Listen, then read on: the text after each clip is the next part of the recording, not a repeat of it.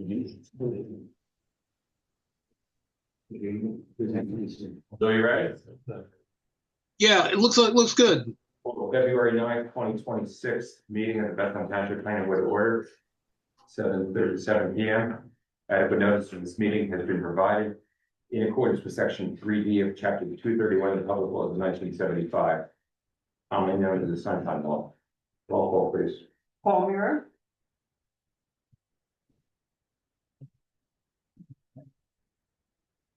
Is he on? No, no. Jose Reyes, Yeah. Jeff Coletti, Present. Grace Ann Kelly. Here. Ryan Mellinger, Here. Jose Maderos, Here. Philip Bellin, Here. Brad Nelson. Here. Ken Chalet, Here. Steve DiLorenzo, Here. Daniel McDonald, Here. Tom Decker, Here. Scott Wilhelm, Here. Please write your pledge.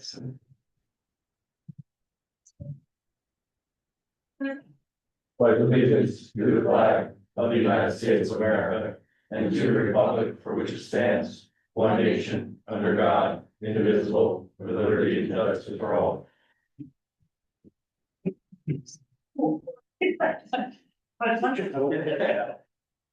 I'm allowed that. All right, can I have a motion to open the public for agenda item comments, please? So move. Second. All those in favor? Aye. Yes. Thank I have a public comment. you. Any public comment on the agenda items? Yes, I have a public Seeing comment. none, motion closed, please. So moved. Alan All those in Hunt. favor? I'd like to make a public comment. Okay, Can you hear me? Hello? we have the public hearing for block 43. I'd like to make a public comment. 650 Mockingbird Lane. Hi, good evening, everyone. Hey, can you hear Alan? See you Alan's again. trying to make a public My comment. name is Ted Carroll. I'm an attorney in Flemington, New Jersey with the Greenberg Law Office. We'll get to Here it. on I'm sorry, behalf of Alan. the applicants, Robert and Jane Santucci.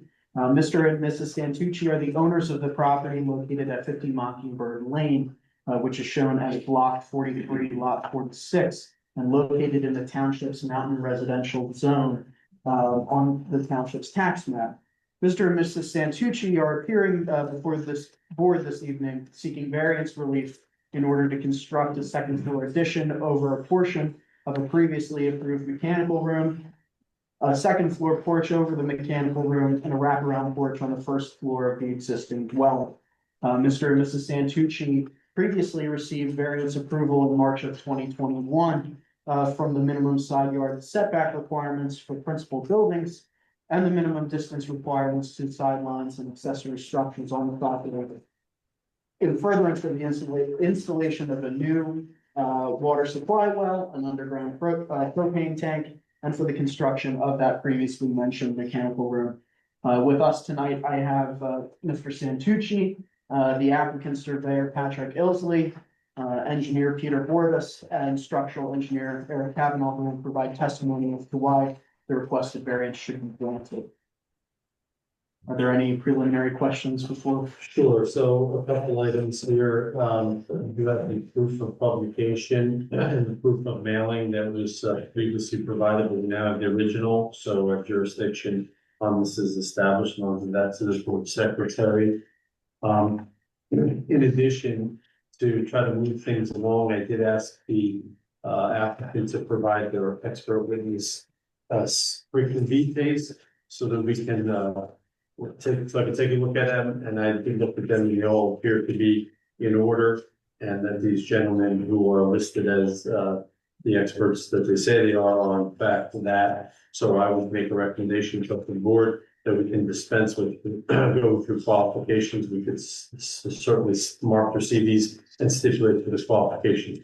But again, that's up to the board. They can decide if they want to do that. That's just to help move things along.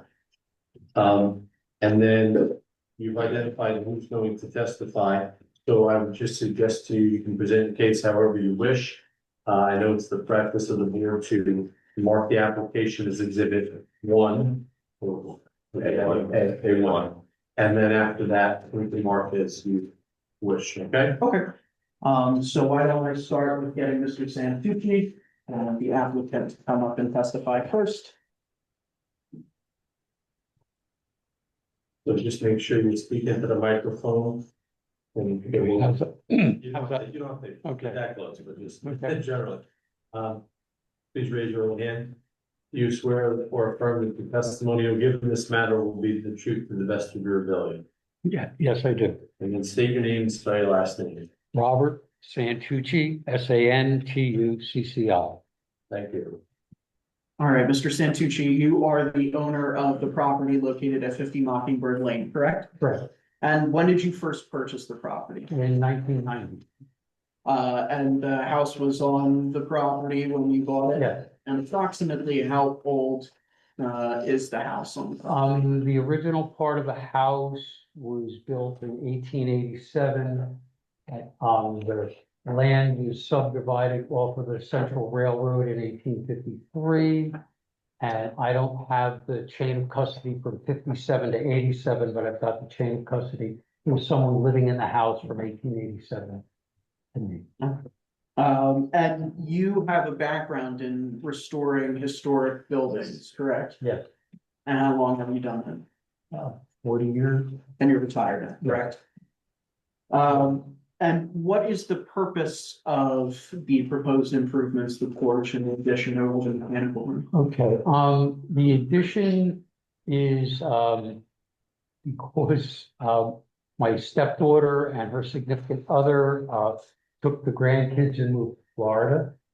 And we'd like a place for them to stay when they come up to visit. It's a one-bedroom house.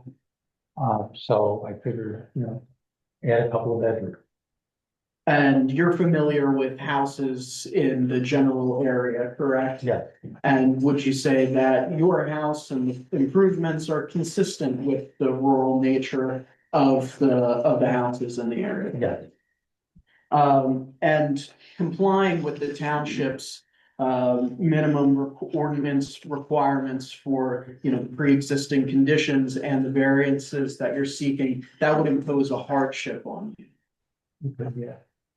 That's the purpose of you coming here tonight, right? Yes.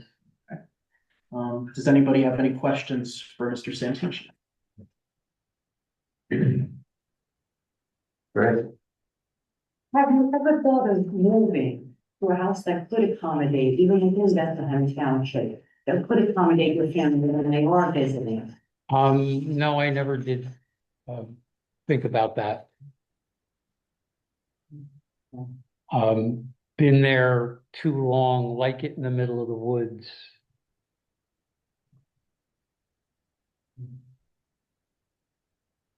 So, have the board members? Yep. So one thing that we ask every applicant is, have you tried to minimize the need for a variance? Have you gone to your neighbor and asked to buy a couple of acres, a strip of land? Have you tried to do that? I've been trying to do that for years. Okay.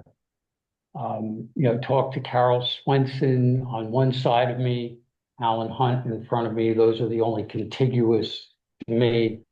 But I've also been looking around for something that I could trade to, Green Acres and, make the lot more conforming so we wouldn't have to go through this stuff. But that has been a dead end as of up to now. So you reached out to Green Acres, because Green Acres is the only one that you're really encroaching on, right?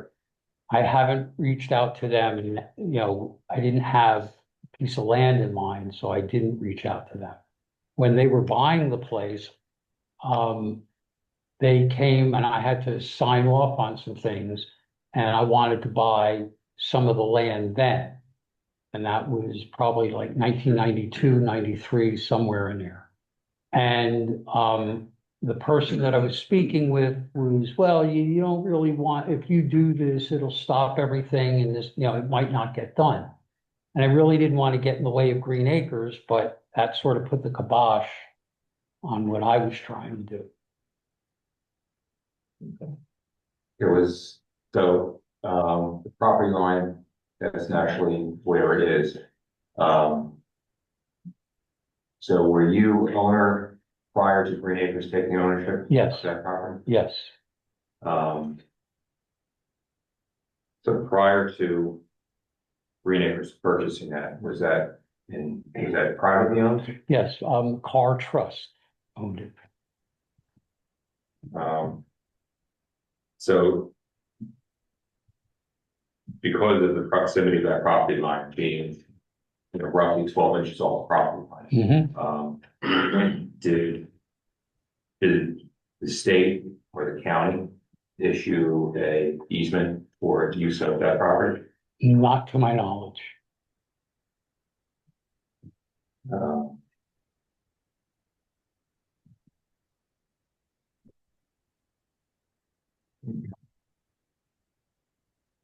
But So, isn't it true that there is a prescriptive easement between you and the state of New Jersey for access to your property? Well, yeah, that happened in 1967, and that was the, easement that goes from the road up to the tracks. So, from the road to the track, what about from the tracks to your farm? And that, I don't think that's part of the easement. But I'm not sure. certainly we need, Yeah, Mhm. um, so the access driveway does not have any. Not to my knowledge. It's not a formal easement, but state game lands has used the driveway to access their property, and Yeah. other governmental agencies have used the driveway to access that property, correct? Oh, yeah, no, they know it's there, but it's. But where you park your cars or come into your house, there's no easement there. Not to my knowledge, no. I would just say that, for the purposes of the board in this application, what the applicant is requesting in this matter isn't, the questions being raised here isn't necessarily within the scope of, what the applicant is proposing, so. well, if the scope that it is, Owen, so there is an addition to the porch, okay? And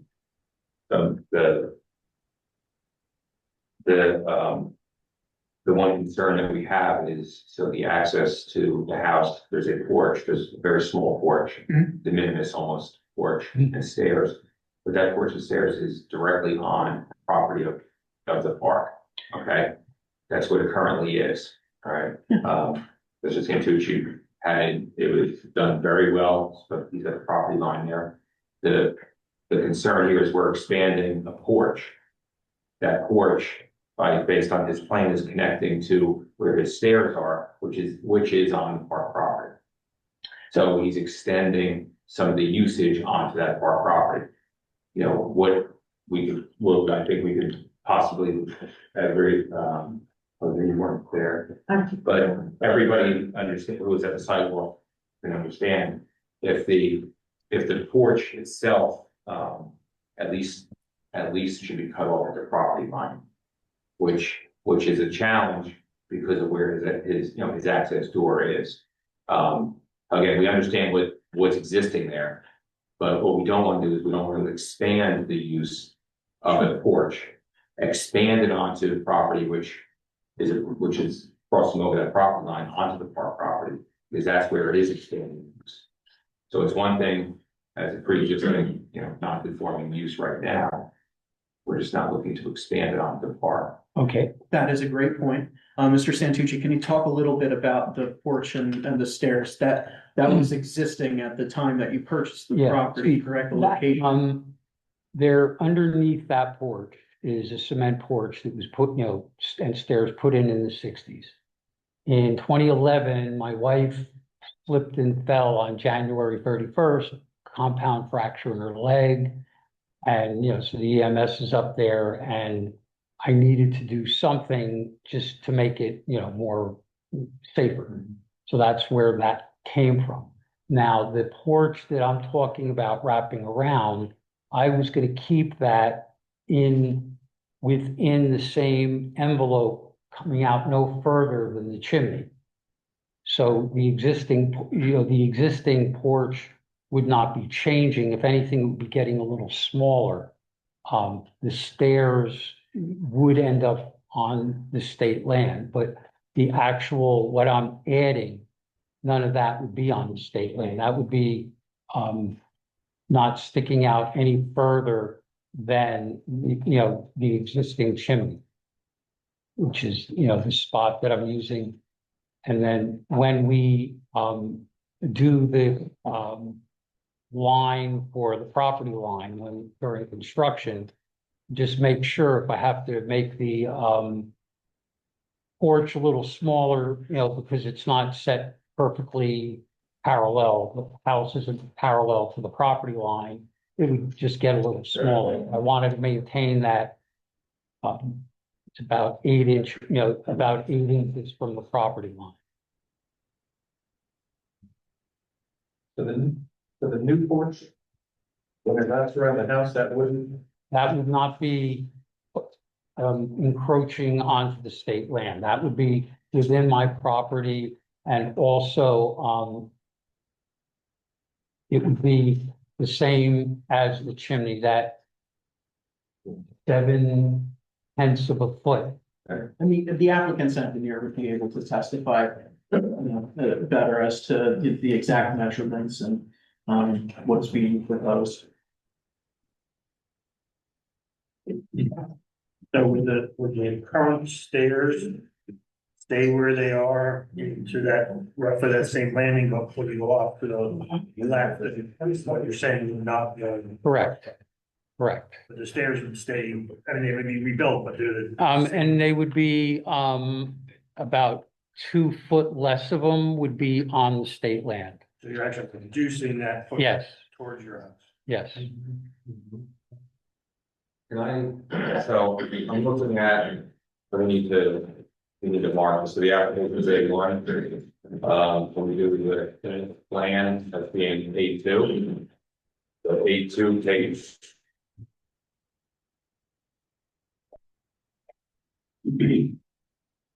Title variant, plan Robert. And James Santucci, block 43, number. It's one, please. No, no.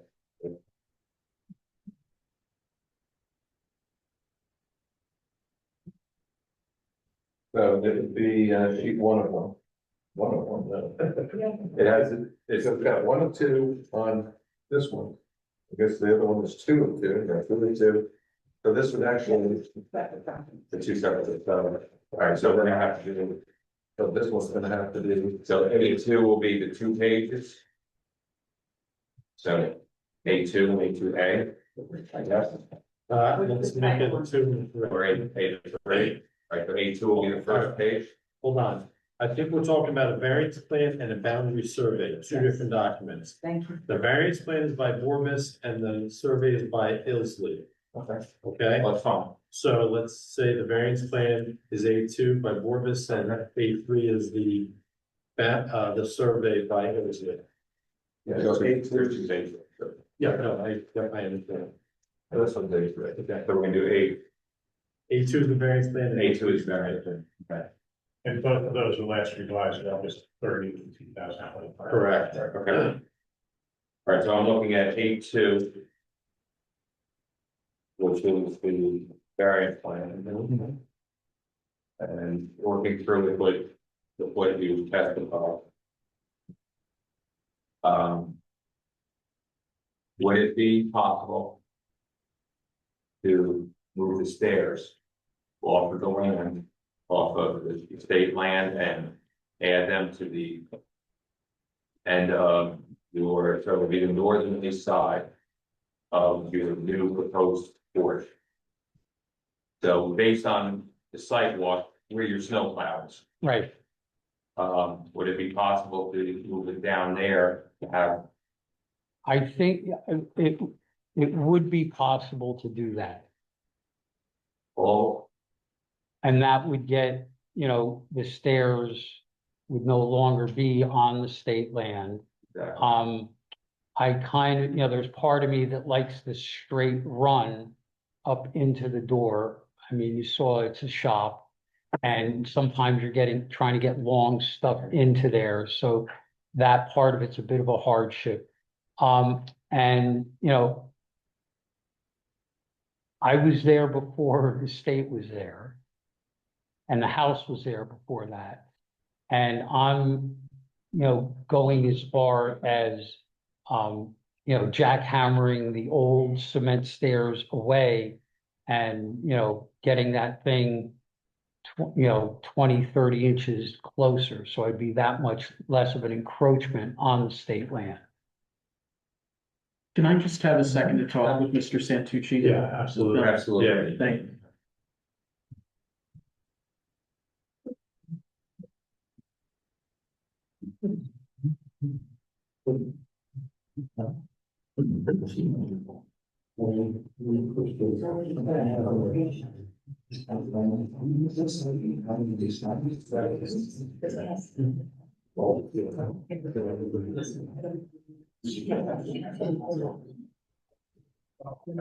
Yeah. Just so you know, that's. Okay, so my client would agree as a condition of approval to revise the plans to reflect, you know, the stairs to the existing porch being moved off of the property line. Okay. And you could leave that open so that you could move. I was gonna say, you could have a railing Yeah. that maybe slide across. I understand what you're doing. But it's public parkland No, I understand that. and, you know, it's, you know, you could have visitors in theory coming up that driveway in because the park's open to the. Oh, they do it all the time. Okay, okay. So I can, This isn't a road? it's a What does challenge private- for you. What does I mean, private drive mean? The intent is as well, if you could have a, you know, Oh, no, I bunch get of them, people I stop get, and park right next to your house and Mm. look in your windows. No. well, I get it, the hunters, I get it all the Okay. time. Okay. All right, Does anyone else have any? any other board members have questions for this witness? So there's no grade issue there in the front to try to get those stairs? It's It's doable. it's better the way it is, but I can figure it out. Any other board members? Questions from the public? Need a motion open to the public for public questions, so moved. Actually, I'm sorry, I did have one. I think that property line like is not quite parallel. Oh, no, it isn't parallel. And it actually gets Smaller as wider. it gets smaller as we go towards the railroad tracks. So what I have to do is I gotta have that line there so that I can see that one corner of the building where it is, so it's the 7/10 of a foot off the building. But you can wiggle that in with. the Yeah, same right. line- It same make- line as the chimney kind I of. can make it work. Okay, that's everything to me. All right, motion's made. You said, second, all in favor? Aye. Okay, any questions from the public for Mr. Santucci? Anybody on Zoom? Hi, Alan Hunt. I Can you hear think me? someone on Zoom might be wanting to speak. But we're not hearing them. I don't think we can hear them. I don't Can we hear them? Alan's, box I light. don't think we can hear anyone on Zoom. Yeah. They light up like they're talking, but we can't hear I them. don't see a hand. Alan, can you hear me? Yes, I can hear you. Yeah. when But it you, lights up, you can hear the people in the room, but they can't hear you. It lights up. That's green. correct. So I hear. Once again, we Yeah, Alan can't, apparently you can't hear Alan. Lou, are you talking? I'm talking now. Can you hear me? Good, all right. Hold on, we're getting nothing on our side. Yeah, Alan, we've been having a little problem with the Wi-Fi in that room today. We almost did. Okay.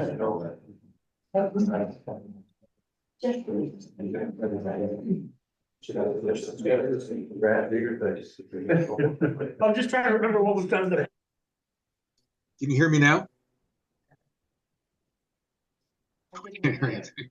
I can hear you.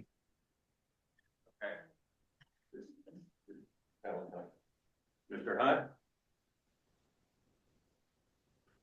Alan, can you say something? Yes. Hi, it's Alan Hunt. Okay. Can you hear me? Yes. Do you have any? You can? questions? Okay. Santucci? Is it questions or public comments? No, there's gonna be public comment at the end, but right now, just if you have any questions, No, okay. No, there'll be another time for you to speak. thanks. Thank you. So motion to close the public. Yes. Second. All those in favor? Aye.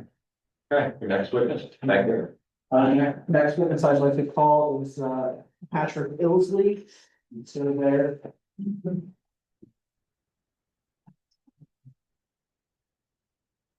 And we have an exhibit, right? Yes. Well, hold on. Oh, yeah, hold on. Okay, raise your right hand.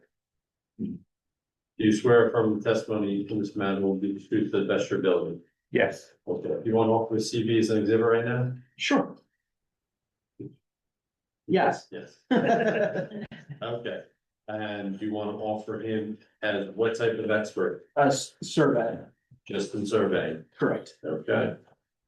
I did, again, I had an opportunity to review his CV, I don't know who else did, but clearly, based upon his education, experience, training and knowledge. He's clearly a licensed surveyor with, more than probably going on 40 years of experience.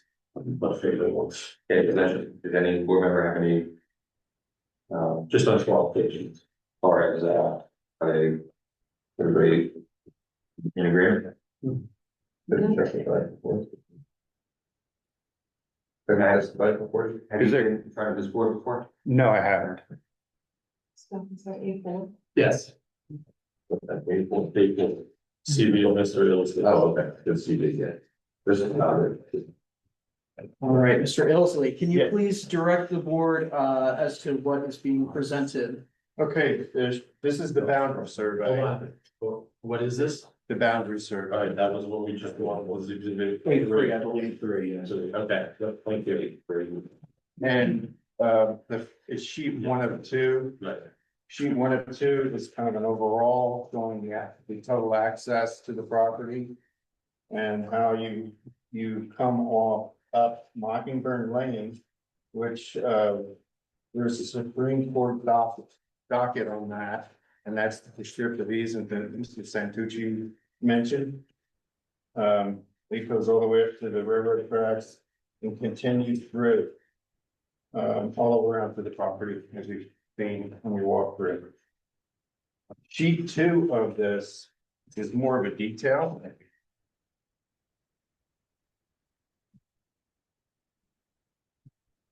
And it shows closer up to the property. And you had the opportunity to visit the site personally, correct? Oh, yes, many times. And what was within your scope of work when you visited the property? To do a boundary survey, to also look into, access, the prescriptive easement here. Mr. Santucci, I found, the Supreme Court docket on that. And we had, a very hard time finding that, the court did not have a copy of it. And I was able to get it through Green Acres as part of their purchase of this property over here. They were able to get a copy of it. And, we incorporated that into a deed and that was filed so that this access easement here is now part of their, it's a formal record of it filed in the county clerk's office. And when you completed the survey, there are a number of existing non-conforming conditions on the property, correct? Yes. Could you give a brief overview as to what those existing non-conforming conditions are? I could, but I think that's more for Peter Borbus. He's the planner from this. Right. And, I can attest to any of the boundary part of it and, Mr. Borbus can, go through the variances. Perfect. Does any member of the board, professionals have any questions for Mr. Ilsley? Just one question, and it's really Sure. just to help educate the board. For prescriptive easement, could you just touch on what prescriptive easement is. Prescriptive easement over a statutory period of time when you use a property, it becomes an unwritten right. It's not recorded, but over this long-term use of it, it becomes a right for the person. And I think, all this access to this property is prescriptive easements. So the only difference really with the prescriptive easement that you just described is that one you've been able to document. This is written now and recorded in the county clerk. This isn't. Right. This port But right that now. would still fall, that lower one that you just indicated would still theoretically fall under a prescriptive easement, just not having been formalized. It hasn't been formalized. That's correct. And I might add that, crosses the railroad tracks. There's a private railroad crossing from the railroad. In my research we found that the railroad has allowed that and it shows up on their documentation. So this crossing across the railroad is allowed by the railroad. Is that the same as adverse possession? Is that what? Let's put it this way, they're very similar. Yes. They're very similar and, you have to, in other words, the homeowner has the right to try to throw you off. And if they've allowed it over a period of time, then it's, pretty much, forms of prescriptive easement. And what is that length of time? I believe is it 20 years? I think it's 20 years in the state. Well, the important thing for the applicant is they got a Superior Court judgment confirming that they have a prescriptive easement as of 1964, which means that the property owner was using that since at least the 40s and the 30s. Yes. Before that. I think Mr. Santucci can testify that all this road was intact when he bought the property. And it might have some history on it as well. Might be able to testify. I don't see any other way that there was a road in here. This is the only route that, because of the terrain, you can't go across this way. And the fact that the railroad had this all the way back on their maps, that this route goes way back. Any board members? It's just interesting that it's on here, it says old track line. Sure. So I guess at some point, they move tracks up. Oh, no, the old track line is a lot line, like a property line or, Oh, that's not, yes, that's not. if I may, this property has some history. Because once you go across the Hunt property and over here, this was a cold storage area in the 1800s. And there was tracks, there was railroad tracks that go through here. In fact, this area right here is where those tracks used to be. And they went all the way down and met with the main line much further down. So they had coal trains and there used to be big storage coal piles. Several of them, huge, and they sold all the railroad company. This is 1800, so that was the main heat source back then. And this was a big area where they stockpiled it and made it into a product, made the crushing of it. It had all steam engines running the conveyors and so these lot lines are, these older lot lines are old configurations of the property that that the railroad had bought and for their right of way. And then as the demand for coal went down, it was pretty much abandoned and taken apart. They took all the tracks out, they took all the ties out, but which you don't see in here, but it's in here.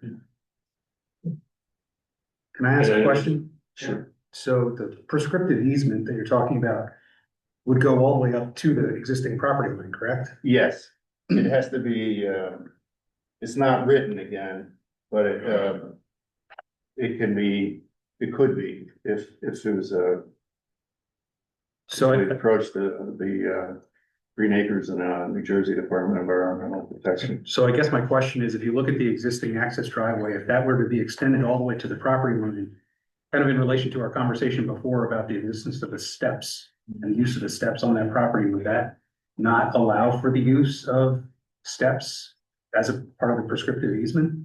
But we're talking about a different block a lot. So the prescriptive, so legally speaking, it's block 42 lot 18. No, I understand that the prescriptive easement that's documented. But as he was testifying before, the existing roadway that travels around, goes across the railroad and then approaches the house could also be defined as a prescriptive easement. That one hasn't been by the Supreme Court, right? But It hasn't because it's a different ownership. Right. The ownership back here was the core, was a different entity. This is the core trust. Yeah. Right. Yeah. And this was, Whitty. Yes. Up here. So it was the Whitties that tried to block the access and what started the motion Oh. of that. They actually put a tree trunks across and prevented access.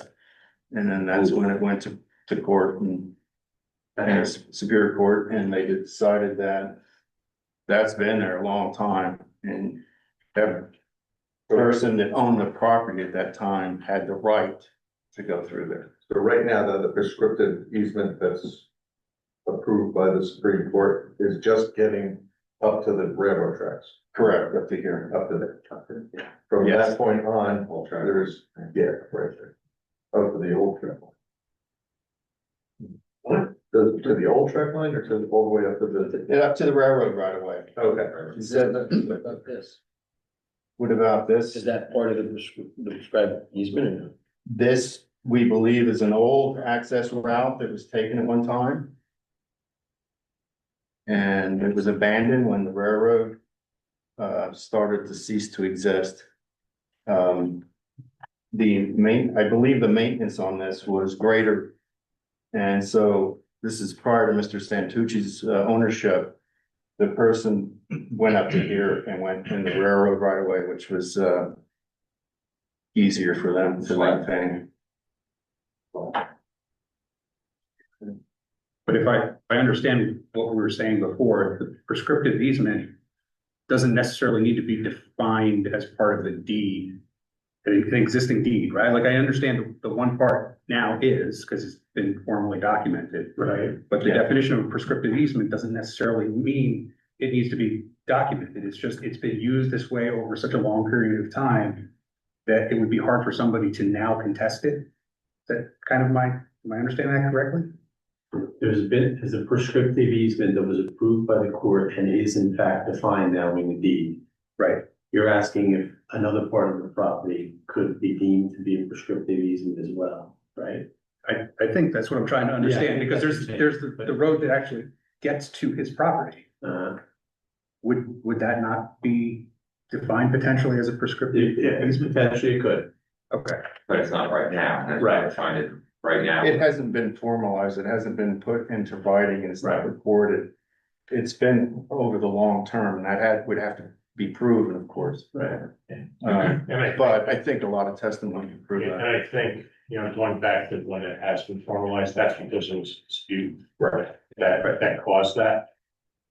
The property now is owned by the state property, unless they dispute it.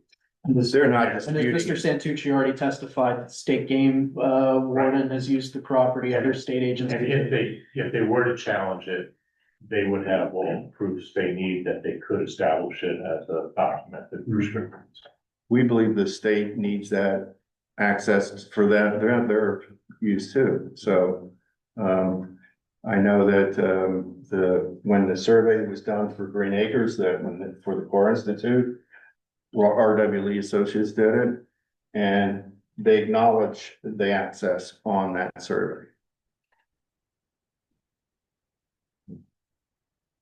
Would this still be usable if the train line became? If the train, that would be another question, and, then Mr. Santucci would have to reactivate this route, would be the most logical one.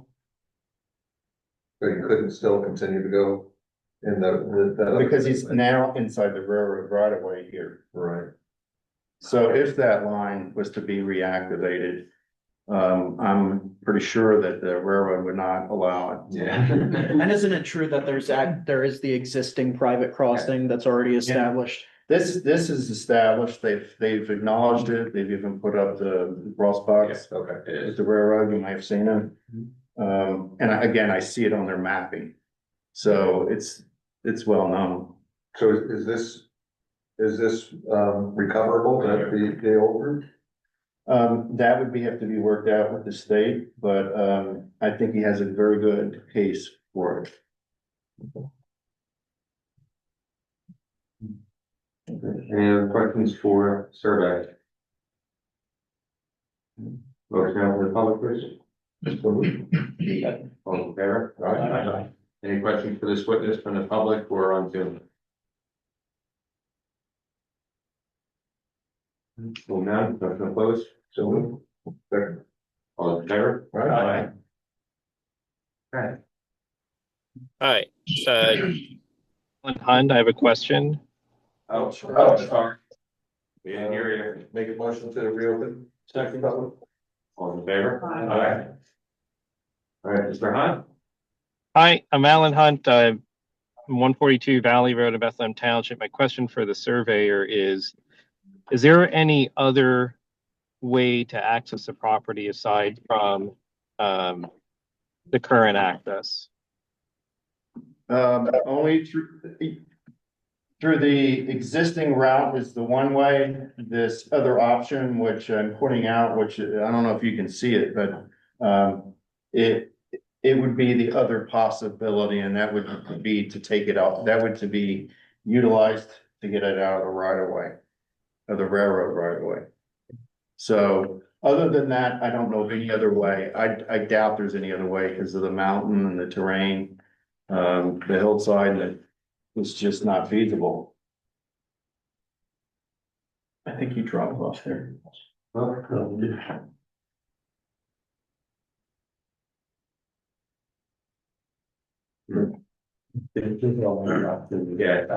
you forgot.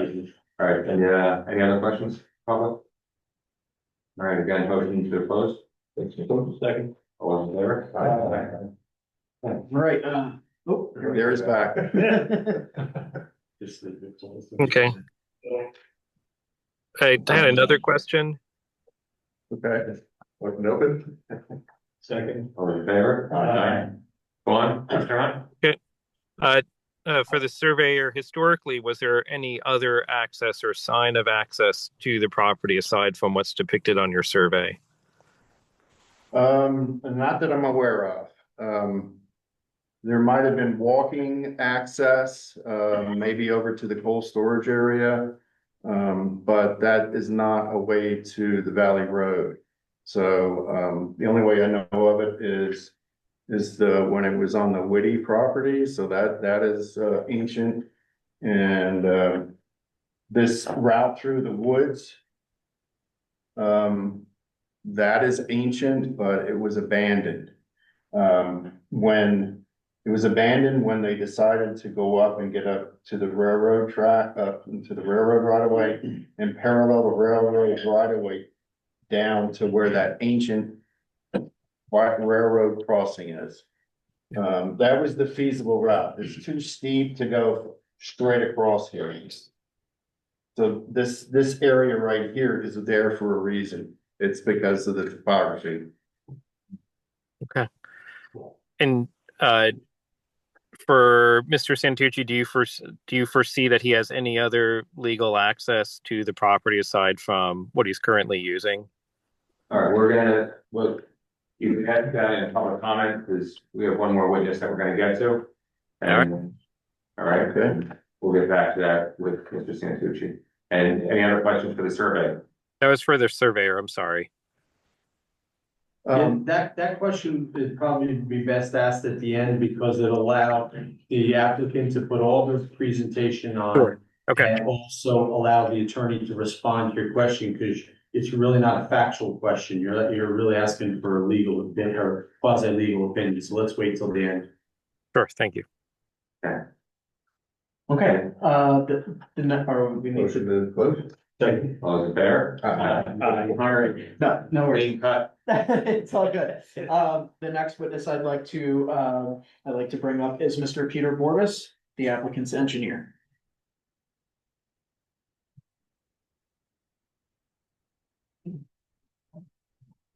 And I would propose that Mr. Borbis's CV be admitted as exhibit A5, I would like to correct the attorney first. I'm not an engineer. or planner. I am a licensed professional planner and a licensed professional surveyor, state of New Jersey and Yes, in New York. exactly what your CV says. Planner. So, Decker? so again, I would recommend that exhibit be admitted as evidence and that we be deemed an expert for purposes of planning and surveying. And in the meantime, we'll swear him in. Raise your right hand. Do you swear from the testimony this matter will be the truth to the best of your ability? Yes, I do. State your name and spell your last My name. name is James Peter Borbis, Borbas. Office is 402 Main Street, Boonton, New Jersey. Any board members have any questions for certifications? Have you testified here before? I have not been to this board before, no. All right, Mr. Borbis, you are the one who created these plans, correct? That's correct.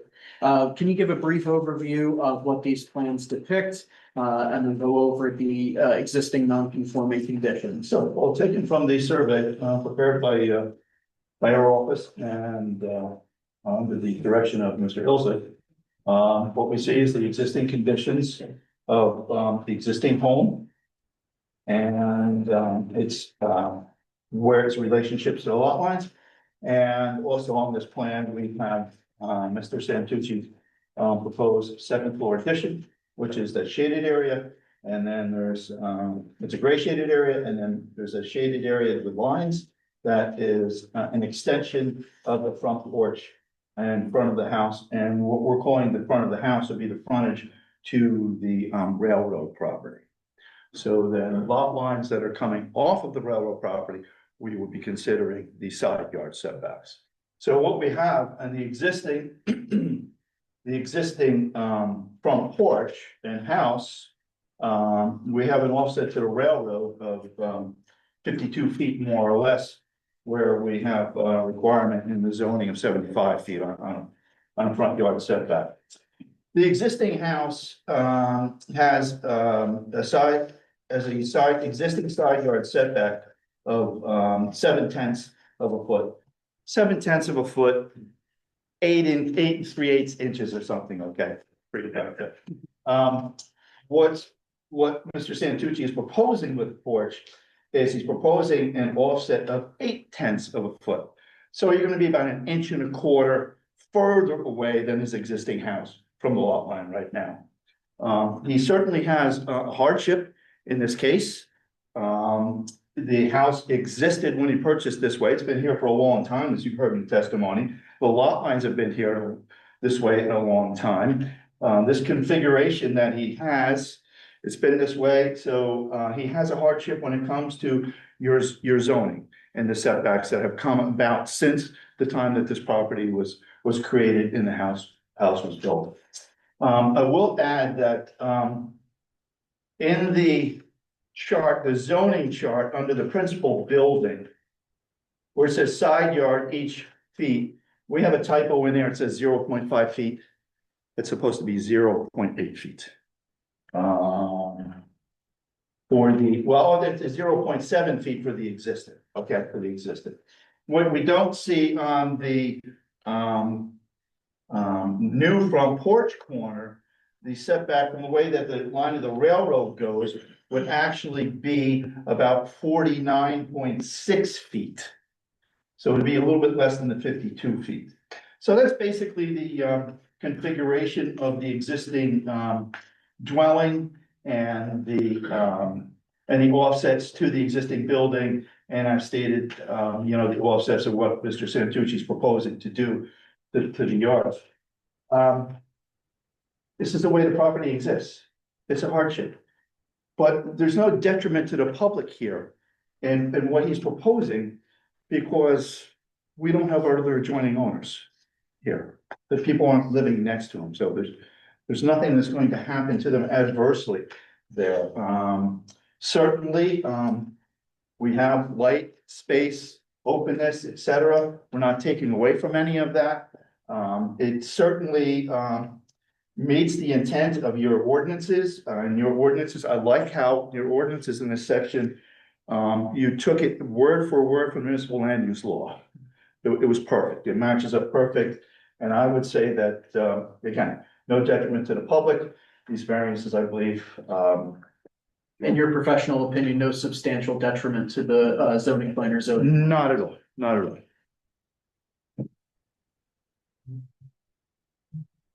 Any questions for the planner? Yeah, so, and maybe this is actually for Scott first. Let me do a quick review of exactly what variances are being asked for, You want to go? over? Okay, sure. or yeah, whoever. I believe there's. Sure. Based on your engineer's technical, January 2nd, 2026. And the applicant would agree as a condition of approval to amend the variance plans to correctly state what is being requested. Okay. So the principal building, oh, this is the MR zone, right? And mountain residential. You've got a lot of area that's a minimum requirement of 5 acres. We're at 3.3 acres. We're not proposing to change that. You have a minimum lot frontage of 250 feet. We're providing over the existing conditions Mr. Santucci has is over 400 feet. The lot width minimum is 250 feet. Again, 414 feet. The depth zoning is 300 feet, and we're looking at existing of 358 feet more or less. Again, the side yard, which I stated, the requirement in your zoning is 50 feet, and we're looking at an existing of 0.7 feet. The proposed is going to be 0.8 on the front porch. And the rear yard, you have a requirement in your zoning of 100 feet, and then it's 232 feet to the rear yard. And that's, you do have, there are existing accessory structures. There's a shed, there was a barn back there. We're not looking, they're not doing anything with those things. We're not looking for variances at this time. I believe that these came up in a prior variance Yeah. hearing here. The applicant did receive previous relief in March of 2021 for minimum side yard setback requirements for principal buildings and minimum distance requirements for the sidelines and accessory structures on the property. Right. Part of their Yes. relief back in 2021. That's so from the side yard, this is the new variance, or we already granted that variance? When? No, we granted variance for his second, for the utility, for the addition to the wood shop. Side yard needs to be approved. Yes. Looking for that. Okay. So the side yard, the front yard, and the acreage. Or this is not the acre. Yeah, so there's a lot of existing non-conformities, Right, yeah. a lot. You know, the minimum lot size is, minimum lot size doesn't meet the lot size doesn't meet the minimum, there's nothing they can do about that, it's existing non-conformities. The side yard setback, that is a variance, okay, because they are going down below. It is already in violation, it's going closer. When that workshop was put in, that extended to the rear, so that did not require. It still required a setback variance because it was still. Right. Close, but it was an extension of an existing. Minimum front yard, again, as it was testified, there's, it's less than 75 feet. Right, and I'll state this again, what's not shown on the plan or in the zoning table that we have on here, the setback to the railroad line to the corner of the proposed deck porch corner is going to be 49.6 feet. It's awkward because it's not even a flag lot. Yeah. It's a landlocked parcel, so trying to look at front yard setbacks is a little challenging. The one question I have, and this was in my report, with regards to the building height is no higher than what the second floor is now, correct? Right. Okay, so, that was just to confirm 2 stories, so we're okay there. And then we have, again, accessory buildings, that are closer to the side yard, closer to the rear, close to the side yard. And I'm not gonna, I don't think from the rear, only be an arrow. Then is required, again, existing non-conformances, accessory buildings, barn, that's also pretty close to the side yard, existing non-conformance. The shed near the water well, also an existing non-conformance, 3.3 feet. As far as lot coverage, they're fine on that. The one thing Mr. Maderos had asked is with regards to the septic field. It looks like this is a conventional septic field, not a mound. I'm not familiar with the septic field, and I think Mr. Santucci would have. Conventional stuff. It's a conventional, they don't have a pump or anything like that in that case. So, as the board may recall, a couple of years ago, we revised the ordinance, as we were coming into this quite often. You're allowed to have a septic field in the front yard, provided it's not a mound. Okay, and the setbacks to the side yards had been reduced, I believe, to what the state statute is. So there's no, just so that the board knows, there's no issue with the location of the septic field. Okay, I believe those are your variances. Oh, the other one that we have is because you are a landlocked property. You know, We don't have road you don't. frontage on a public road. Public road. Yeah, so in order to get building permits, that's something that has to be. Yeah. If it's not a variance, it's at least acknowledged as an existing non-conforming use for the purpose. For the board's consideration, I did hear back from, was it the,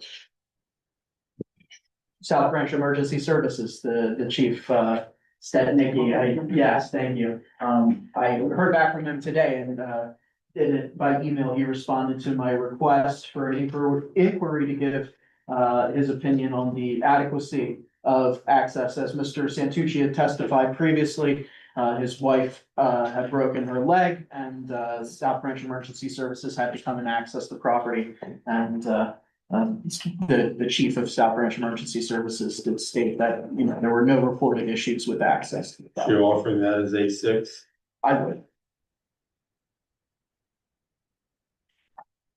So Brad, to answer your question, it's a little, maybe a little bit better. Go to Tom 11, January 7th, page 3.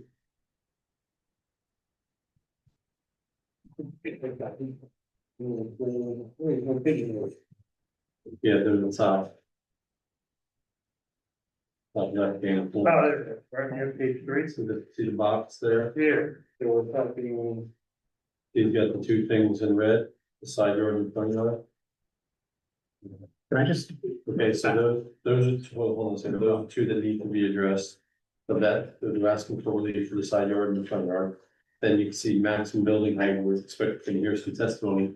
And then if you turn the page 4, in the next box, the first one, minimum distance to sideline. Okay.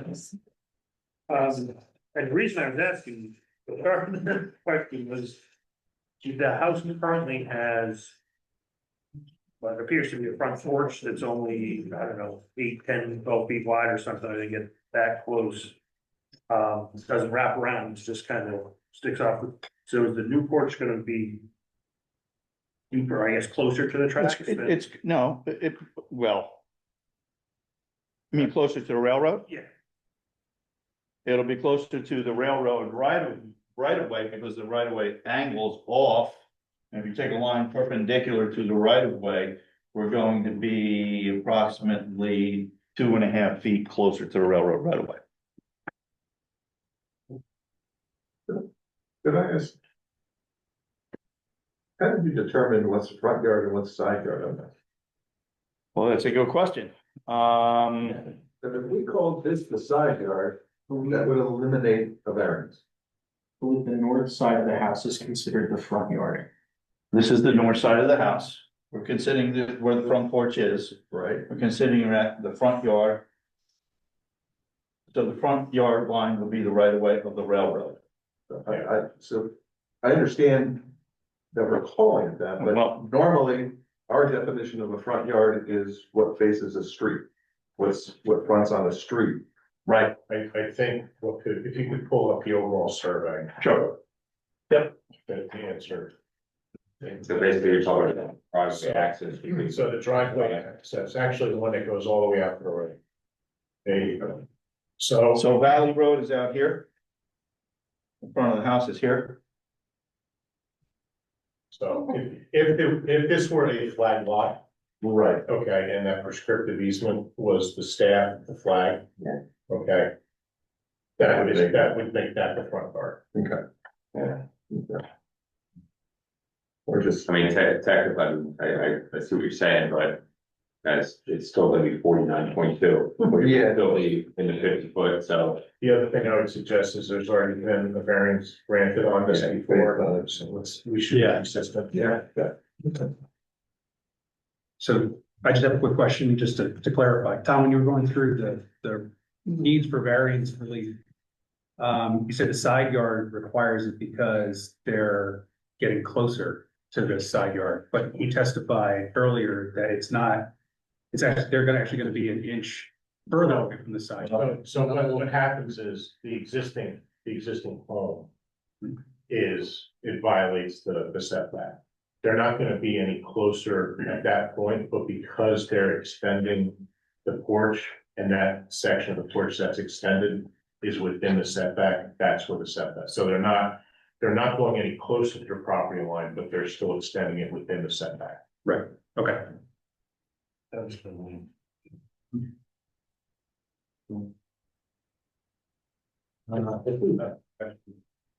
Electric coming to this house, where is the electric? Mr. Santucci? The house was electrified in 1981. Prior to that, it didn't have electricity. You want to come up and speak into the microphone? Just close. Before we have, we just, are there any other questions? For this witness? If the public have any questions for this? Make a motion to open the phone. Second. All in favor? Aye. Any questions for the planner? Oh, Mr. Hunt, anything? No. No, no questions for the planner. Okay. Motion to close. Second. All those in favor? Aye. Okay. Thank you. Thank you. All right, any general questions? Yeah, let's just go to the green one, amen. It comes up straight up from Rockford, and It comes up the lane. yes, it comes up the lane. Usually when a power company brings in power, they require an easement. Oh, Well, It's overhead. there is an easement here, and then there's a pole here, and a pole on the other side. And that's where it's going on the tracks. yeah, but they still require to bring it in for repair, so they have a right to come in. Yeah, but I think the point is that the way that comes in, it doesn't follow the exit that. Well, it's on file, yeah, well, it almost looks like that one time that, but the railroad tracks are there, that the driveway came straight to that. That's why there was no electricity until 1991. I like to say that it was FDR's last rule rectification. Yeah, and if the railroads ever came back, you should probably have to do something different with the utility line. That you possibly. I mean, the railroad stopped in 1985, that utility line was put in 81. Okay. So they made it high enough so that. Yeah. I was just curious, I was so busy trying to stay on the driveway. It's just look.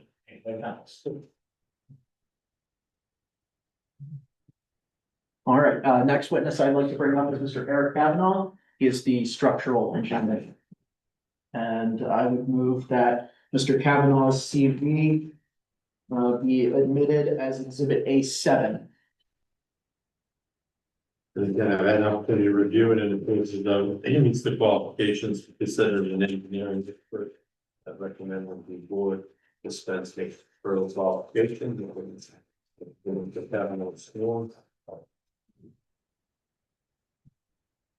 Mr. Kavanaugh, you want to raise your right hand once you get set?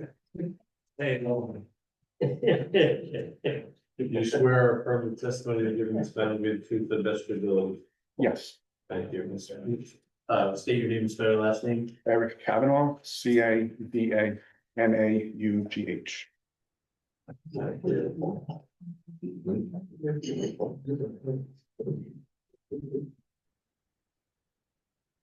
All right, Mr. Kavanaugh, can you just give a brief overview for the board as to what is being proposed from a structural engineering standpoint in order to accommodate the proposed improvements on the property? Sure, so the So, second, he's gonna use an exhibit, let's identify it We're gonna mark that as exhibit A8. and state what it is.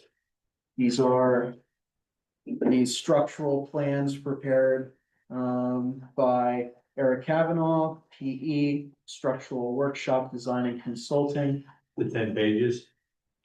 Yes. Dated March 19 of 25.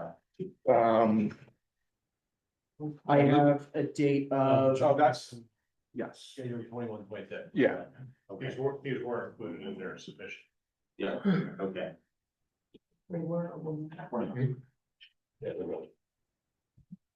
Okay, go ahead. Okay, so the second floor addition will be constructed over the workshop area.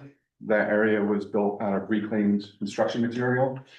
So we're gonna be putting in and pretty much circumventing that entire structure with the second floor addition. New steel columns, footing and moment frame around the perimeter. And stick framed, wood framed above that. So there's no additional loads coming back to the original structure. and in your professional opinion, this could adequately, this is adequate for the proposed improvement to the second floor addition and the. Yes, that's correct. I would submit that this is something more on purview of the building official. I mean, when you go to pull your building permits, I'll be reviewing this, so.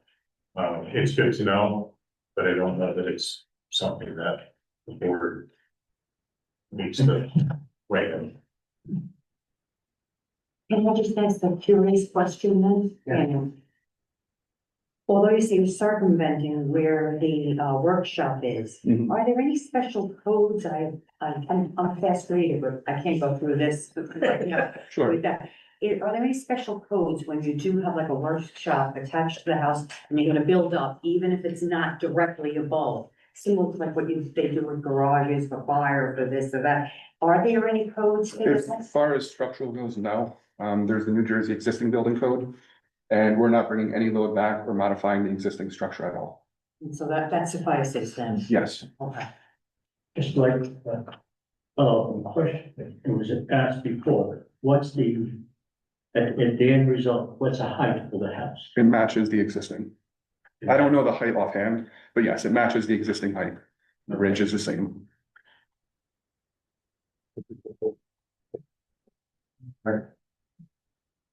Any other questions? Motion to open public. Second. All in favor? Aye.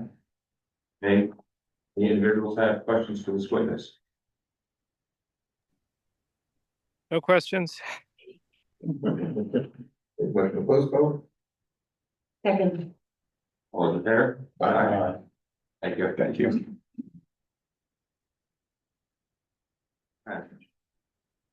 Any more witnesses? Nope, no more witnesses. As was demonstrated by the applicant and their expert witnesses, we're seeking variances under the C1 standard and JSA 40:55B-70D or 70C1. And in order to do that, the applicant has to prove both the positive criteria and the negative criteria. The positive criteria being that due to the unique features on the property, such as the lot size, topography, and the shape, that conforming with the ordinance requirements for the township would pose an undue hardship. My applicant and expert witnesses have testified that it would impose that hardship. The second thing that you have to show is that there's the proposed granting of the variances would not cause a substantial detriment to the public good or substantial detriment to the zoning plan and zoning ordinances. As you heard from the applicant's expert witnesses, there is no substantial detriment to the public good, as this is a relatively out in the middle of the woods property. Having reviewed the zoning plan and zoning ordinance, the client's expert witness has clarified that there would be no substantial detriment to zoning and zoning ordinance. You've heard no controverting testimony from expert witnesses. So I would just ask the board to consider, everything that's been the conditions that have been proposed, with regard to eliminating the encroachment onto the land owned by New Jersey, by eliminating that porch, that my client is trying to conform as best as they can. So if there's any consideration for the board, I would just ask that they grant the relief requested to me. Thank you. So I would just suggest your argument's good, but it's premature. We still have public comment. And is there anything else you want to admit into evidence? Or are you satisfied with what you have? The only other thing that I have is I believe I sent it to I sent it to Mr. Decker. There were additional drawings that my client had done. While this is a residential property and therefore it's exempt from site plan review, my client has gone to great lengths as to show, what the proposed improvements would look like if the board would let that. If it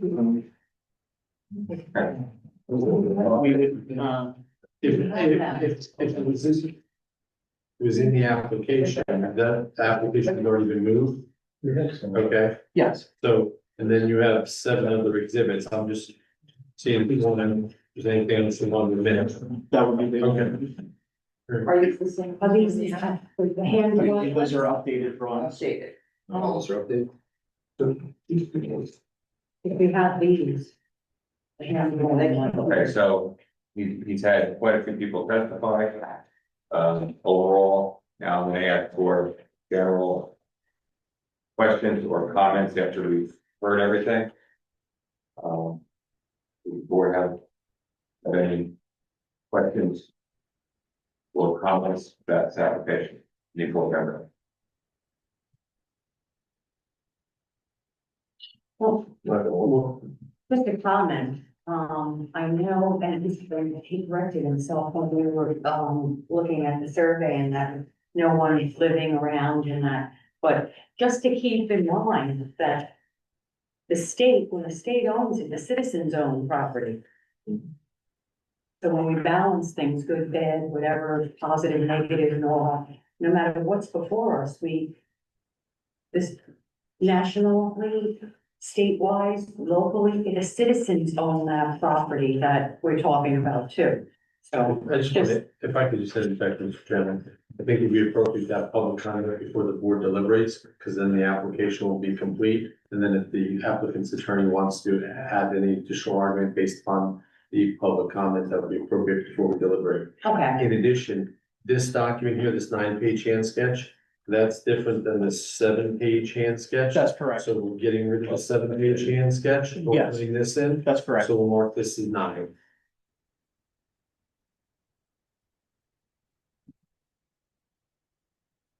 Right.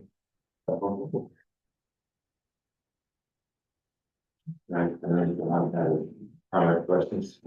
I'll make a motion to open public for comments. All in favor? Aye. Bill. Okay. Mr. Hunt, you have any comments? Yes, I'm the adjoining property owner across the railroad track from Mr. Santucci. He's been there as long as I've been here. I grew up in the house I live in at 142 Valley Road. I was born in 81, so that's the house I came home to at the hospital.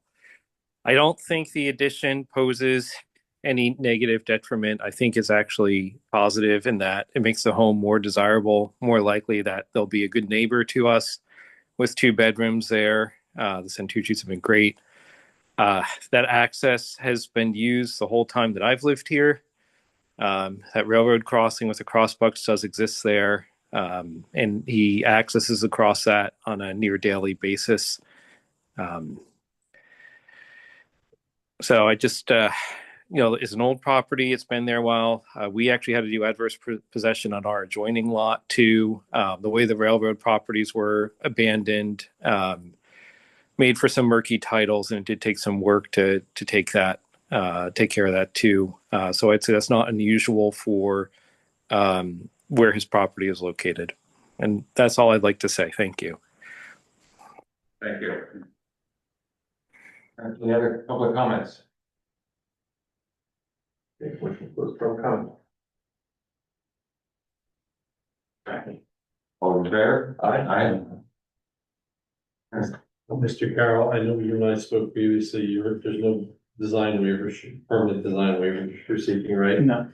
And you're satisfied with the variances that have been raised, with no additional variances that haven't been discussed, which I see as the lot area, pre-existing non-conforming use, front yard setback, pre-existing non-conforming use, 2 side yard setbacks, pre-existing, but can change a little bit of issuance of a construction permit, not for a lot not abutting in public street, and an accessory structure in the front yard setback within 100 feet of a principal residence. As a pre-existing non-conforming condition. Right. Did you want to introduce this resolution, which I haven't seen, number 2021 from March of 21? Do you want to introduce that in evidence? It was submitted as part of the initial application as an addendum to the, as part of the addendum. Okay. Oh, my apologies. Yep. There's already the. Do we have a number on that resolution? No. Okay, that's. That's the new policy. Right. The new resolution. Okay. Okay. Is there anything else you want to add? No, I mean, the only other thing I would add is that, thankfully to the public comment further buttresses our argument that there's no substantial detriment to the public good, as the closest residential neighbor has testified that, he doesn't believe there to be any issues associated with his property with regard to the proposed improvements. All right, any board members have any questions before we make a motion to approve this application? Deliberation. All right, so, the Wilhelm laid out all the individual variances needed. The motion to approve the application. Mr. Santucci. Motion to approve application. With said conditions, with said, variances. Variances, yeah. And subject to the conditions as discussed at this point. Okay. Do you have any concerns with Mr. Decker's letter? No, I do not. Okay. You can agree to comply with what's requested in there? Correct, as clarified during testimony. Yes, right. All right. I'll start. We just voted? Comments about the. Oh, no, I mean, it's obviously a very unique property. I mean, I missed the site walk, but I might have been one of those people you may have saw at one point as I used to walk my dog back there all the time. It's obviously a very unique property. It's pre-existing. I don't see any other possibility that he could do it. So I think it's great that he wants to improve his house. I have no problem with that. Right. Yeah, I agree. I think the applicant did a good job of identifying both positive and negative criteria required for variance release. Pretty comfortable with. Right. Yeah, I think agreeing to move the stairs takes the worst encroachment off the table anyway, or even though it's existing. Porch is a foot or two closer to the railroad tracks, but I don't think that's any detriment to anyone. The tracks aren't active, and even if they were, I don't think someone looking on a train was gonna care that it's 2 feet closer to it's now. So, yeah, I have no problem. Great. I'm in concur, I think it'll enhance the house.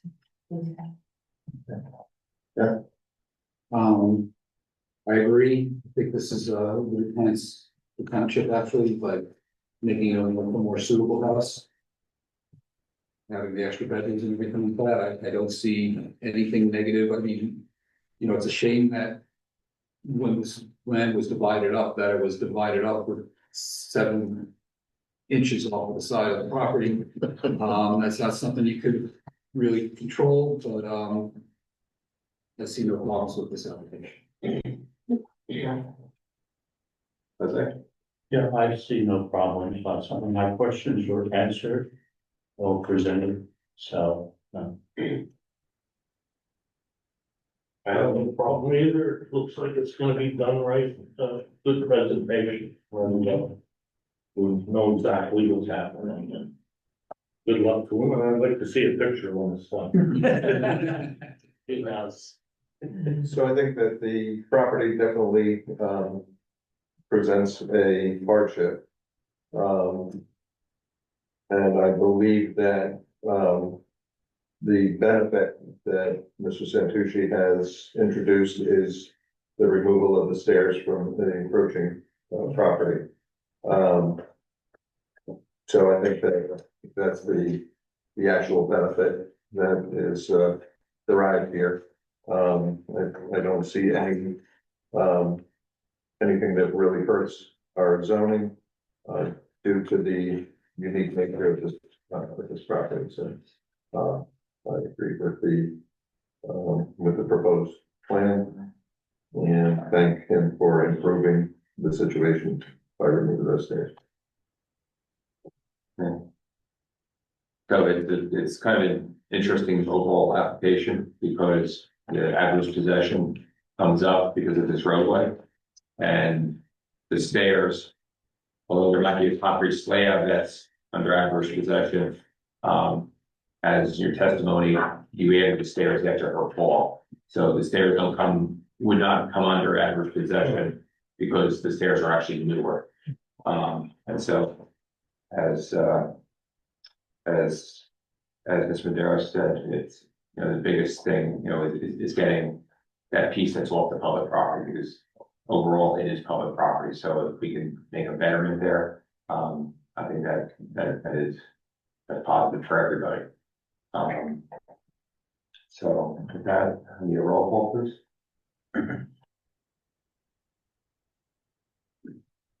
Jose Reyes, Yes. Jeff Galletti, Yes. Ken Shalay, Yes. Grace Ann Kelly, Yeah. Philip Bellin, Yes. Ryan Messinger, Yes. Jose Madero, Yes. Brad Nelson. Yes. Is that everything? Is that enough? Oh, yeah, you can, Well, he's not here, so he can't vote. But did you get online? no. Steve, you want? Yes. Thank you very much. Thank you, good luck. Thank you. All right, so just to give you a heads up, so there will go to be a resolution that'll be adopted by this board, at our next meeting. And then, we'll just explain it as 45 days. Without, or, I don't know if you plan, are you planning on starting this prior to spring? I was just waiting until it's okay, the second it's okay. Once I know that I've gotten the variance, I'm gonna start getting estimates at that. It was granted today, it'll be in a memorializing resolution presumably on February 23rd. And then it's 45 days from the time that that's published. for anybody to appeal, which doesn't sound like it's an issue, so that's gonna take you to late April. And then the snow might be gone. That's all. Uh, All right, so thank you. Thank you. If I may, for just a second, after the board comes up in the future. Because I heard a question about adverse possession and prescriptive rights. Prescriptive right is a right for a use on somebody else's property. Adverse possession is claiming to take a title of somebody's property. Two different things, okay? Just what comes up again. Different thing. Thank you very much. Good night, everybody. Thank you.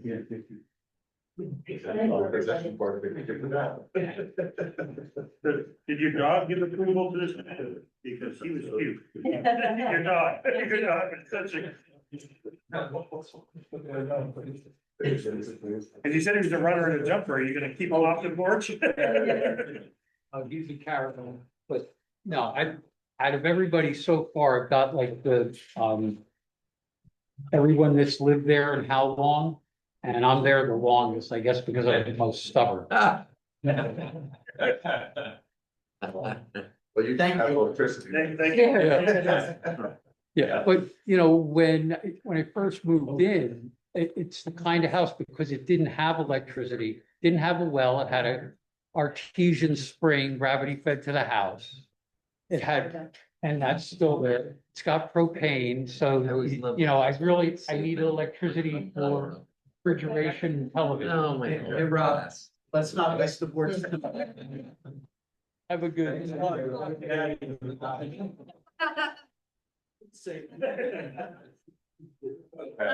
was gonna ask about this. Well. All right, so we have, block 48. Lot 26.29, 509 Lane. That was 2025-05. So this was, we ran because of the cancellation of our the storm. We ran out of time. The 45-day statutory time. And so that application are you the residents? So that statutorily, it was deemed complete without our vote. Mr. Decker did go through it and issued a completeness, technical letter. And so, so it is deemed completed. At this point, we have to schedule a sidewalk and a hearing for this. So it's our next meeting. Our next meeting is the 23rd, but we need to do it on the 9th because of publishing and noticing timeframes. So it would be the 9th would be March 9th would be the next hearing date for you guys. And sidewalk would be Saturday the 7th. All right, so we always do a sidewalk the Saturday prior to the meeting. And so we'll be there at 9 a.m. on that Saturday. We do post it in the paper. We're working on timeframes now. The time element here, we try to get it in the next meeting, but it basically means your 10-day time would be tomorrow and Wednesday. So it really doesn't give you a whole lot of time. And if you make a mistake, then you lose an entire cycle. Okay, so this will give you some time. If you have any questions, reach out to Monica. When we come out, we're basically just going to look at the site conditions. There's not going to be a whole lot of discussion. There might be some general overview questions. You know, and that's pretty much it. All right. So that's it. We'll see you then. Okay.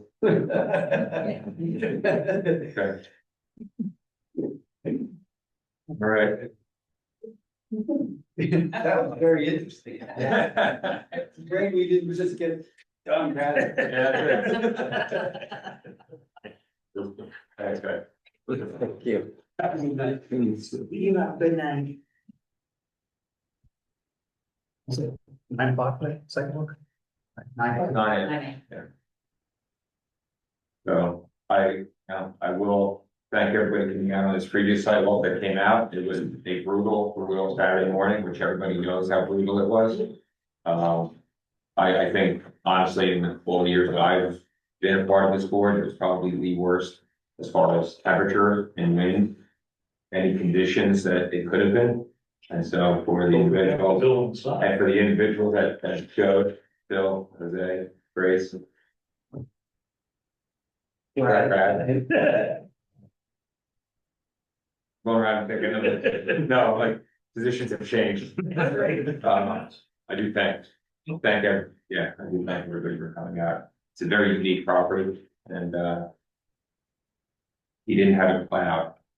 And everybody made it. I was concerned falling up there. The work is concerned going back there. So, yeah. I was concerned about that. There was one tree like leaning over your truck and my car, and when we were going to leave, like, it started creaking. Give me the front Flintstone, let's get out of here quick. All right. We don't have any minutes.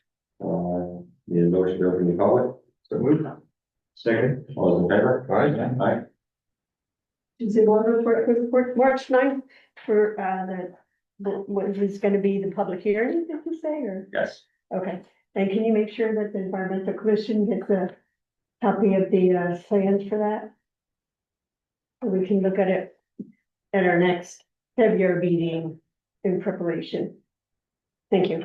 I just want to bring to the board's attention, warehouses back on the table. Tobias is the next one that was deemed complete. It's in Franklin Township. And the Skylands Preservation Alliance is back active.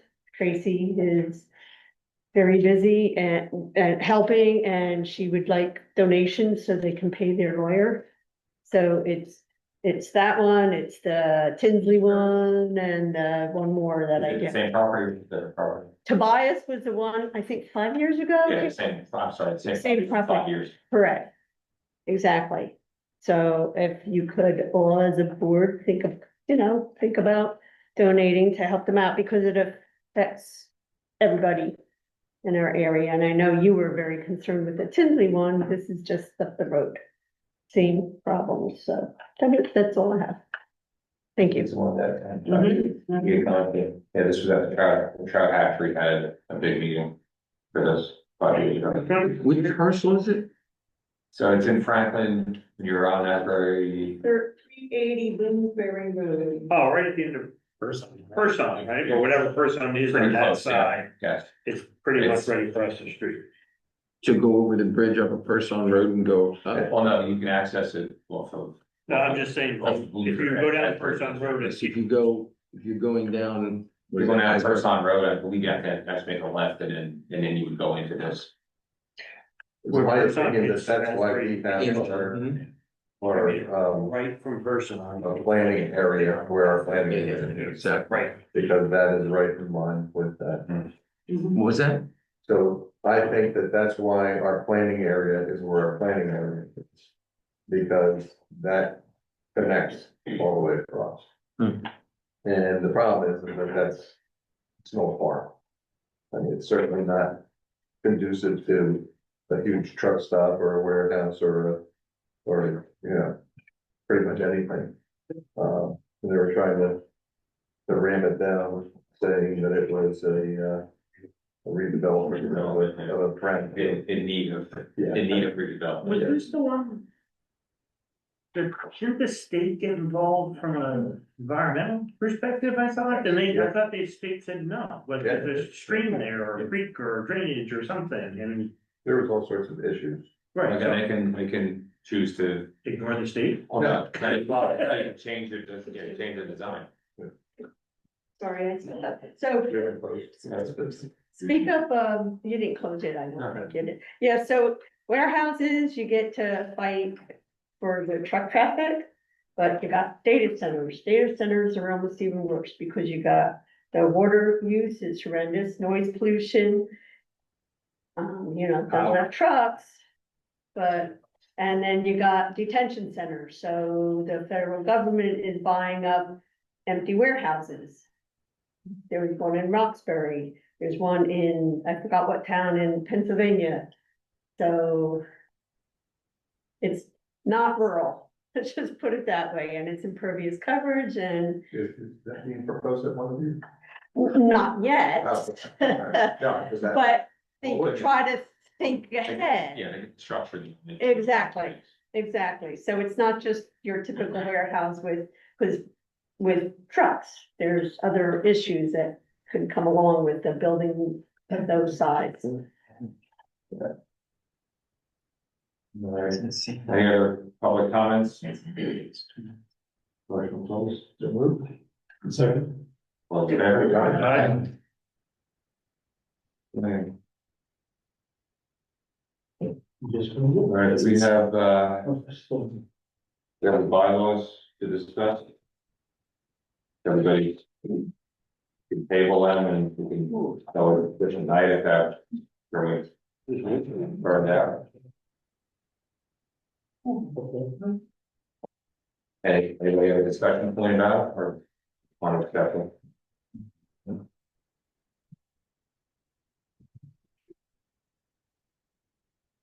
Any other discussion on changing it? Changing anything? I have no changes. Didn't we spend a ton of time on this last? Yeah, that's true.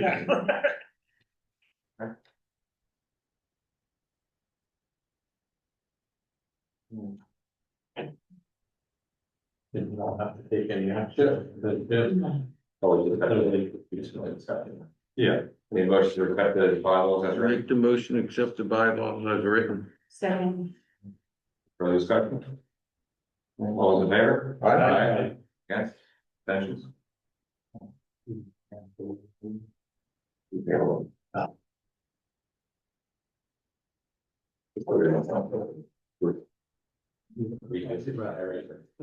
Considerably, yes. Yeah. Okay, but it gives us, we did make some changes last year. Yeah. We have some very long meetings in the past, so keep the presentations on. All right, yeah. Anything? No reports, no. Did,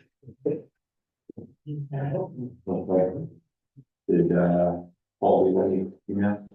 We didn't leave an email, but, I do know that, Skyland, is that the right name? Skyland's Preservation Reservation. Jeff, correct me if I'm wrong, but they're coming to the next, planning, township committee meeting as well. So they'll be present for that, just so that you're aware. They are, or the Muscatine Watershed Association is. They are Water also, quality, both of they them. both, my understanding is both. So I just thought that would be relevant. That there might be people who would like to attend and hear what they had to say.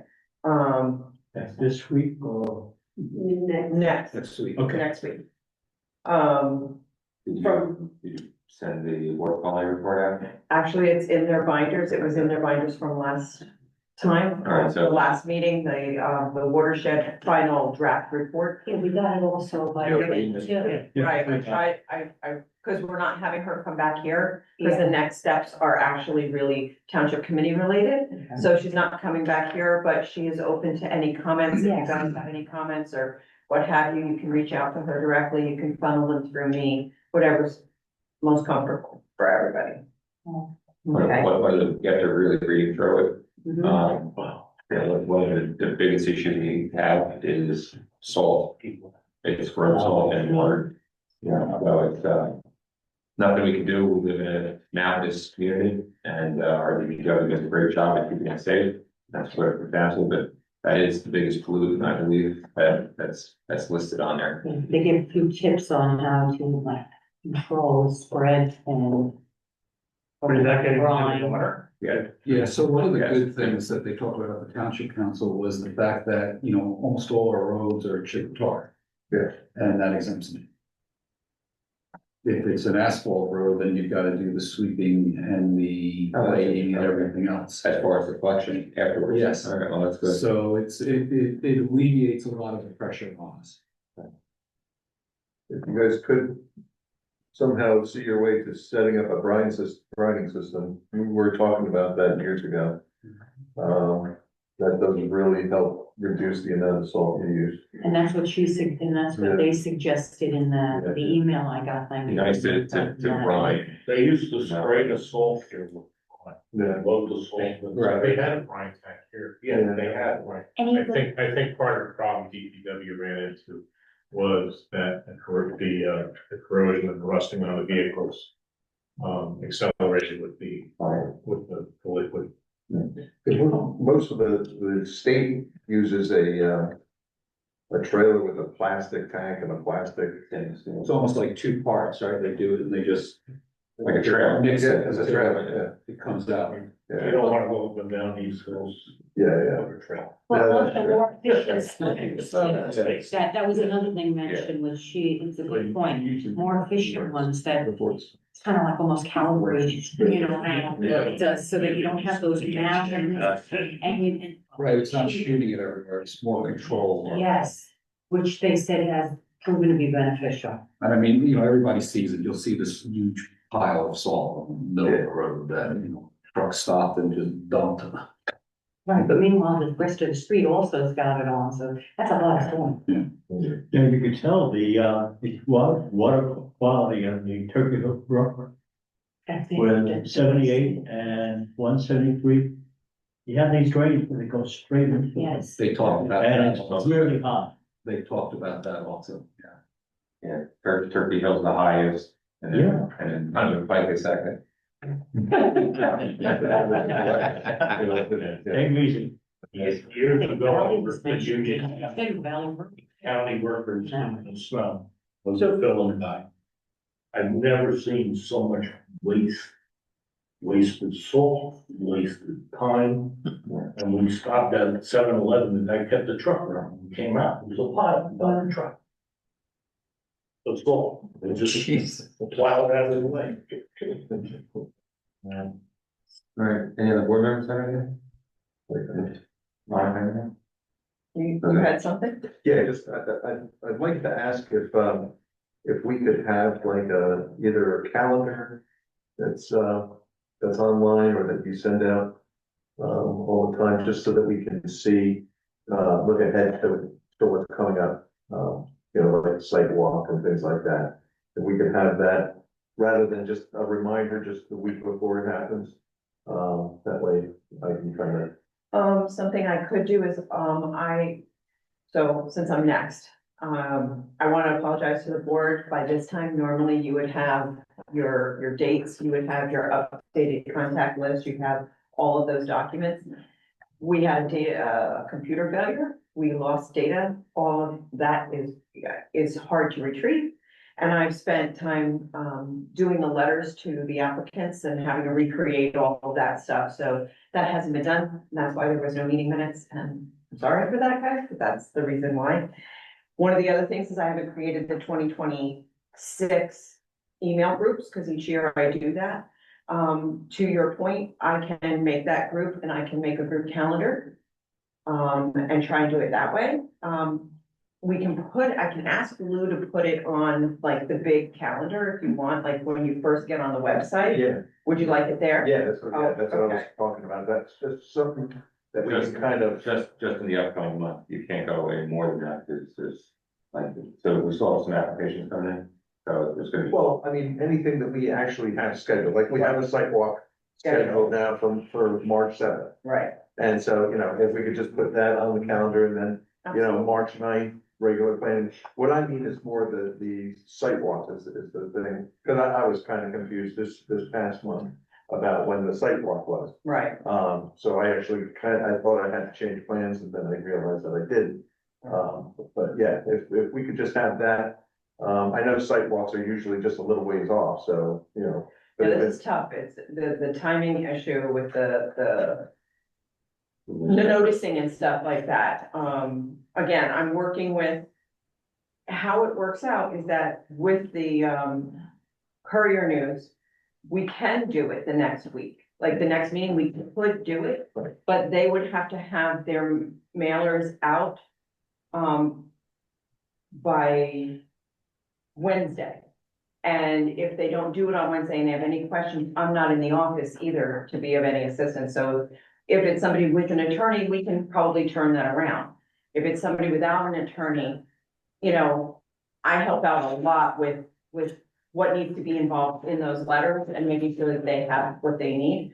So that's why I get concerned. I just don't want to wind up with them trying to notice, we have a hearing set, and then the notice is inappropriate or improper, and then we can't do it. So I'm trying to work on that, trying to figure a way around it, to be honest. I just don't know the way around it. Monica, are you aware that that the legislature and Scott might be able to weigh in on this? That I think it's March 1st, notices go on the township website. Anything that the township notices goes on the township website. It does not alleviate the responsibility of Yeah. the applicant. And that's where we run into it. I have plenty of time. I can get the things done that I need to for the sidewalk. Because from here tonight, I could literally walk over there and push it in, and tomorrow morning it's, you know, and I can meet the requirements for the sidewalk within the time frame. But the applicants being able to spin it around as quickly as they need to, it's 14 days. And you have to have 10 days plus one, and then you have to have an extra 48 hours for them to Courier News to do what they do. So really, it's like tomorrow, they have to mail it out to the Courier News by 10 a.m. Scott, do they also have to submit it to the town and the town put on the website, or going to, because part of the problem is that there's no more, you know, the paper media is phasing out, so I didn't know if they needed to. If the applicant needs to give it to the town. The town, does the applicant need to? I don't think so. Post it on their website? I don't know. Yeah. I don't know 100%. It's okay, I was just, because if the newspapers are dying out, Yeah, where did the applicant start right, posting stuff? yes. No. We don't currently take anything from applicants for the website, I'd say that. Well, though, We don't currently take anything from applicants for the website. We only take things from Monica and from Chris, really the only two people who have an input to the website. What we could do as a courtesy, because the legislature, it has not, because I've read it over, I've gone over with Chris. It doesn't say anything about applicants of any, like, I'm looking at planning board, so I don't know what other boards may be affected or not.